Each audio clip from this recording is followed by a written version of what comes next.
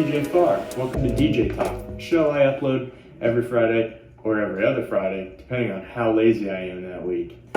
So this week, I have a very good topic to talk about for beginner DJs. So this week, we're actually going to talk about unpaid gigs and if they're worth it or not. So if you're like me and have started a DJ company, you're probably wondering if all these unpaid gigs are good, if they're getting me anywhere. Because, truth behold, we've all been there. We've all done some free gigs for some people. And, are they worth it? Are they really worth it? Well, the answer is yes. And I will tell you why. Okay, and I'm actually going to break it down into 3 big points as to why doing unpaid gigs are really good in the beginning. Reason number 1, okay? You're just starting out. No one knows who you are. And if you are partaking in a lot of free gigs, whether it's for charity or for family friends, you're creating an image for yourself whether you know it or not. People are going to see you as, hey, this guy really likes music. He's not even getting paid, but he's here because he loves what he does. And to a lot of people, this shows that, he's not doing it for the money. He's doing it because he likes it. And that's really good. And if it's for a charity event, that's even better because the people who are running the charity event will either tell people that are there that, hey, he's not even being paid to be here. He's just doing this because he likes to do it.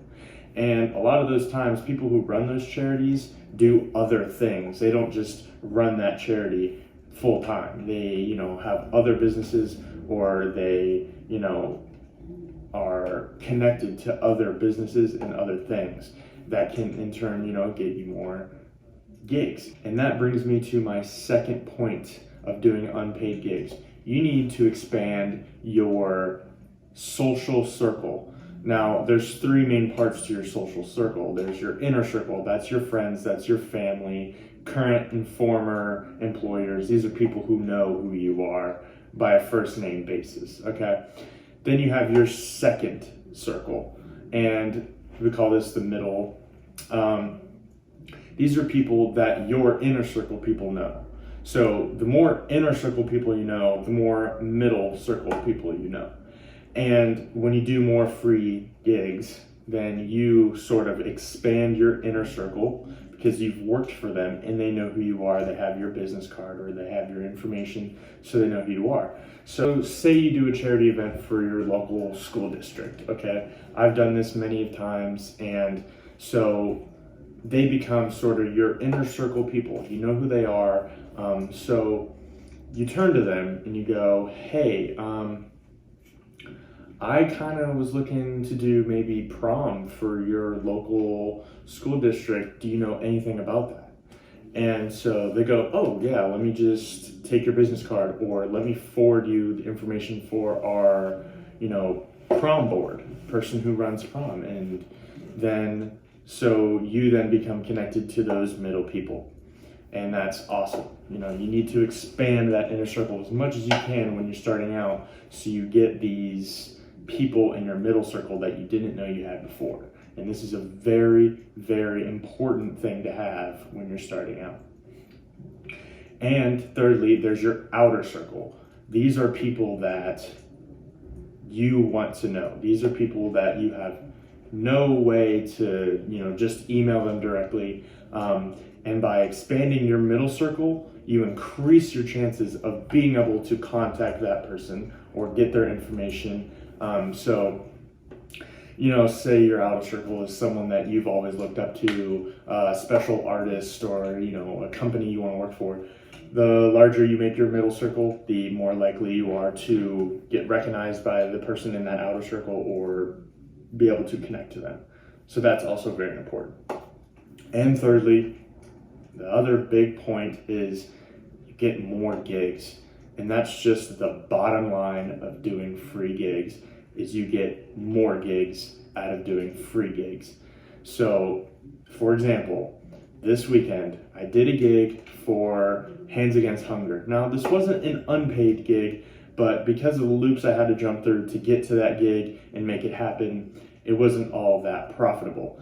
Now, I still did it because I knew that there's going to be a lot of people there that I could influence and get my name out there so they knew who I was.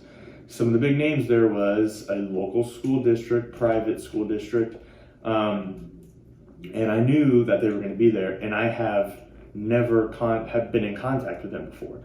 And so I made it my priority to drive from Columbus to Cincinnati and do this gig. Now, it was an hour-long gig. It wasn't even that long. I did the gig, and right as I was wrapping up, I was about ready to grab the first cord to unplug from the speaker, and a lady came up to me and she goes, "Hi, all the people that were dancing to your music tonight approved, and they all came up to me and said, we want him for prom, we need him for prom. He's the best DJ that we've heard in a long time." So she got all my information. She said, "Yeah, you're probably going to be doing our school's prom." So I just turned a gig that paid very minimal and turned that into a gig that will pay a lot of money.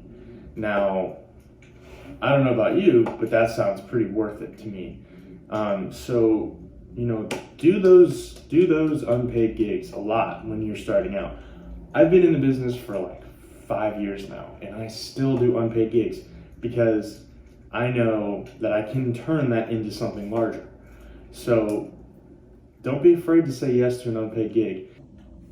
I would also like to preface, don't be that guy who only does free gigs. Don't be afraid to ask for money. Now, the exception is if it's a charity and they're asking you to do it for free or for very little money, you should probably do it because, that's just being a good person and, you get to practice and, like I said.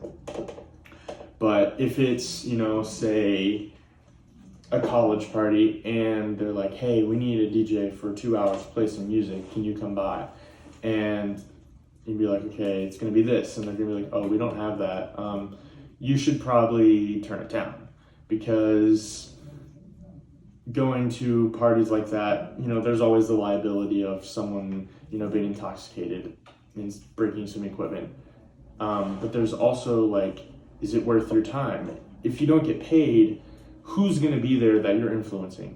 A bunch of, college kids who, aren't going to hire you in the future or will just forget about you the next day. So you need to, pick and choose your free gigs. Don't just, whoever says, "Oh, I got a gig for you, it's free." Don't just hop on it right away. You need to make sure that it's going to be a quality gig that will take you 2 steps ahead instead of 2 steps back. Also, when you're at these gigs, you're representing your company. You need to know this. So ahead of time, you need to make business cards, a poster that can go in front of your, setup so people know who you are, they know who's playing the music. So when you're at these charity events, people are walking by and, they might be checking you out. Make sure you go up to them. Make sure you go, "Hi, my name's DJ. Here's my business card. If you're interested in hiring me in the future, do it because, you're representing yourself, and if you're not getting paid, you might as well be marketing while you're there because marketing is a huge thing and that will get you a lot of gigs. So just make sure you're representing your company correctly and you're putting in some good effort at these free gigs. For the most part, doing unpaid gigs is really important and I highly encourage you guys to do it. So thanks for listening. I'll see you guys next week.